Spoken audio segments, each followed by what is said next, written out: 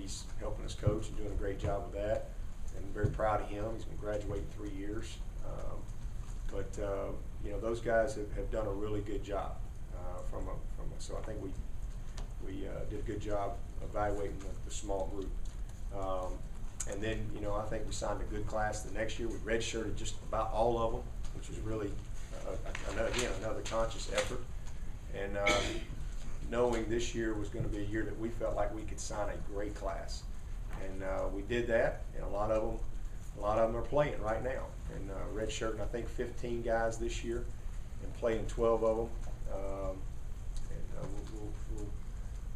We'll hopefully put another great class together here, and that's what we're trying to do. And you know, we've proven that if you're a good player and you're young, we'll play you. We're gonna play the best guys. So I like where we are from a recruiting standpoint. I mean, we're a kind of a split team. You'd like to kind of have a little bit more stability in between your freshmen and your seniors, but you know, it is what it is right now. But we'll grow up, and I like them. You know, we just gotta live with them. From the communication standpoint, your offense has so many signals, and there's not a lot of doesn't have to do a lot of audible calls. Where does the crowd noise present the biggest challenge as far as communication? Well, he's got to communicate to the offensive lineman. You know, our OL doesn't read any signals. Used to, they did, and so it wasn't as big a deal then. Now there's a little bit more communication that goes on with our offensive line. Our signal system is really simpler than it's been, but it's because it has to be able to go as fast as we go. You know, just making sure that they get the call. Hey, what's the protection? What's the play? Which way we're running it? You know, and then they got to hear the snap count. And if you can't hear the snap count, then you have to have a silent count. And so you got to be able to execute that. And we've done that. In fact, we did that Saturday. We actually had a couple of situations Saturday where it was really loud on offense, and we had to go to a silent count just because Dalton couldn't hear. I wanted to ask about Taj. I know his parents moved down here from Virginia to follow him and kind of give him a support system. I wonder if you'd ever had a situation like that with a quarterback, and kind of what kind of influence you feel like his parents have had for him. A quarterback, I'm trying to think. You know, I mean, we've had a lot of quarterbacks here who've had a tremendous support system from a parent standpoint, but I don't know if any of them have actually moved here. But we've had parents move here. You know, we've had that happen many times. You know, it's not uncommon at all for people to want to move closer to where their son is if they have the freedom to do that. Coach, you guys have been really exceptional on third down, but not necessarily so much on short yardage situations. What's been the issue there as you see it? Just really, sometimes it's a bad call, but in our case, I mean, I haven't had any problem with any call that we've made. We just have had, one or two or three guys, not perform their job, and it's glaring. But there's a lot of times we've done well. We've done very well. I mean, it's like we needed 1 yard on the goal line the other day. Well, we knocked a quarterback sneak in there that would have got 3 yards. We needed 1 yard on the score that Andre Ellington scored on. We're on the 1 yard line. Well, he didn't even get touched hardly until he was 3 yards in the end zone.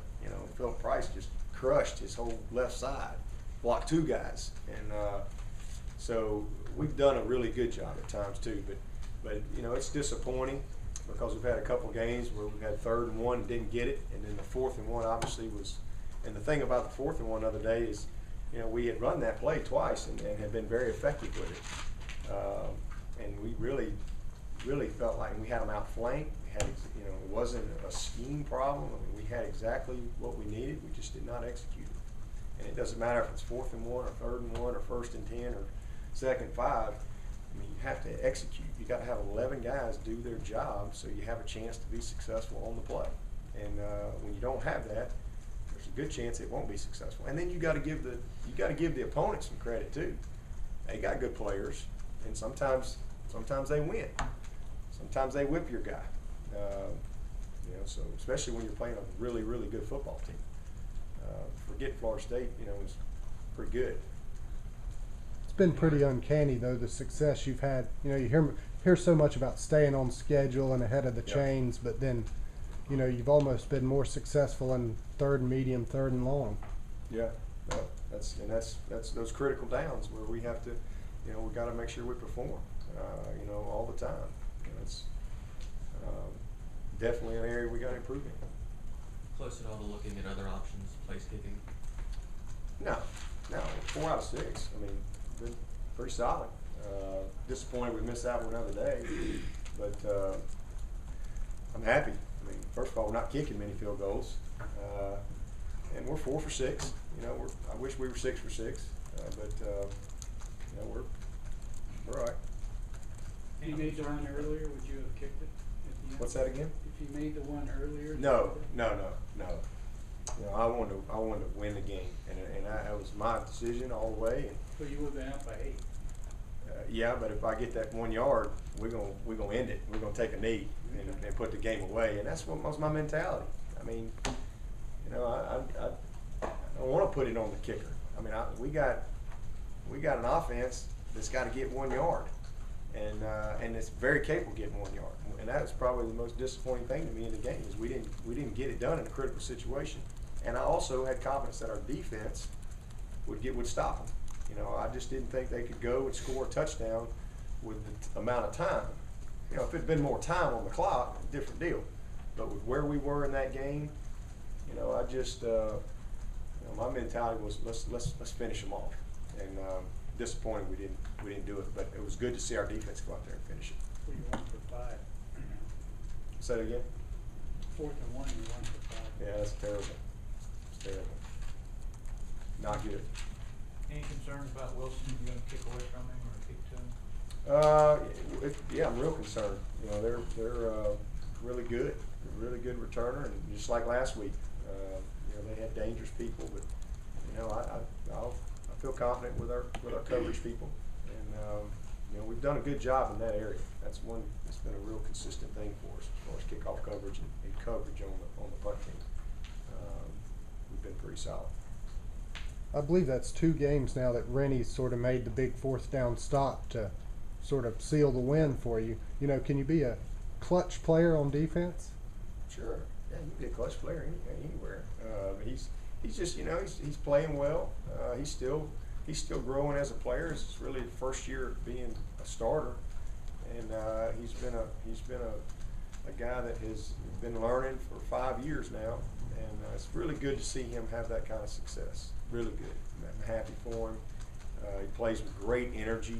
I mean, you watch our film. I mean, Rennie Moore is all in, and I mean, I love that about him. So proud of him for stepping up the way he did, and it was a big play. But if you go back and you watch that play, and you look at Malachi and you look at Andre Branch, shoot, I mean, they completely closed the pocket, and then Brandon and Rennie on the inside just collapsed. I mean, he didn't have time to do anything, and it was a 4-man rush, and our 4 just brought it. And so that was, you know, Rennie got the credit for finishing it off, but all four of them got it done on that play. Anything else? All righty, thank you. Very much. Thanks.